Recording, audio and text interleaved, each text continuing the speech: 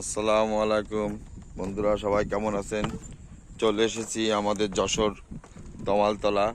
এই যে একটা বাঁশের সাঁকো, এখানে এসে আমরা প্রথমেই বাঁশের সাঁকোটাকা চোখে পড়ার সাথে সাথে আনন্দ উপলব্ধি ভেসে উঠলাম। খুব মিস করতেছি আমাদের হেলাল ভাই, হেলাল ভাই এখানে অনেক তার বাচ্চা নিয়ে এবং সে অনেক ভিডিও এখানকে ছেড়েছে, দেখেছি। আরও একটা দুঃখজনক খারাপ লাগছে এই নদীটা দেখে। এই নদীতে অনেক শৈশব আমার জীবনে কেটেছে, কিন্তু পুরো নদীটা এখন কেচুরিতে ভরে গেছে। পুরো নদীটা এখন কেচুরি পানায় আটকে গেছে, এক কথায় গাদে, আপনার মাটির যে গাদ, এই গাদটা আটকে গেছে। আমি এখন পার হচ্ছি এই বাঁশের সাঁকোয়।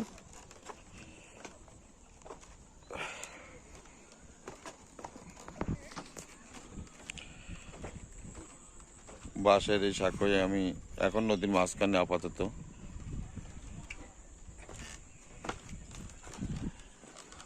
কয়েক কোটি টাকা খরচ করে এর আগের সরকার আমাদের এই নদীটা খনন করেছে, কিন্তু দুর্নীতির কারণে এই নদীটা খনন জাস্ট নামেই খনন হয়েছে, কিন্তু কোনো প্রতিফলন, ভালো কোনো প্রতিফলন আমরা পাইনি। যেটা সত্যি সেটা বলতে হবে। কোটি কোটি টাকা দুর্নীতি করে আজ তারা পলাতক, কিন্তু আমরা এই নদীর কোনো ভালো ফলাফল পেলাম না। এখনও কচুরিপানায় ভরে আছে। যাক, সে কথা আর বলবো না। এখন আনন্দ মুহূর্তের সময়, রোজা রেখে বেশি কথা বলবো না। আসছিলাম এই তমালতলায় একটু ঘুরতে। মূল উদ্দেশ্য এই সাঁকোটা, বাঁশের এই সাঁকোটাকে ভিডিও করতে। রে বাবা, দোলছে। আমার তো বেশ ভয় লাগছে। দেখেন, আমি অনেকখানি পথ এগিয়ে চলে এসেছি। নদীটা খুব দুঃখজনক। এই পাশে হয়তো একটা শ্মশান ছিল, শ্মশানটা ওই যে আছে মনে হয়, ওই যে শ্মশান। হ্যাঁ, আমি ওখানে ছোটবেলায় অনেক সময় আসতাম। ওখানে একটা শ্মশান আছে, ওই যে দেখা যাচ্ছে চাল, শ্মশানের চাল। ওখানে অনেকবার আমি এসেছি। জায়গাটা ভালো।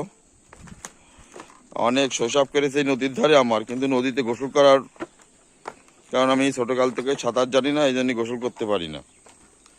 আমার সামনে অনেক মানুষ গোসল করতে আমি দেখতাম, কিন্তু আমি গোসল করতে পারতাম না। যাক, জায়গাটা অনেক ভালো। শৈশবের অনেক স্মৃতি এখানে জড়িয়ে আছে। যেহেতু আমি মোল্লাপাড়ার ওই সাইডটায় শৈশব কাটাইছি, তারপরেও এখানে আমরা আসতাম বন্ধু বান্ধব নিয়ে ঘুরতে। এই যে নদীর এপার এখন আমি আবার ওই যে বাঁশের সাঁকো, ওই সাঁকো পার হয়ে এখানে এসেছি। হেলাল ভাই, আপনার বাড়ির পাশে এসে ঘুরে গেলাম ইনশাল্লাহ। হেলাল ভাইয়ের উদ্দেশ্যে বলছি, হেলাল ভাই আপনার বাড়ির পাশে এসে ঘুরে গেলাম।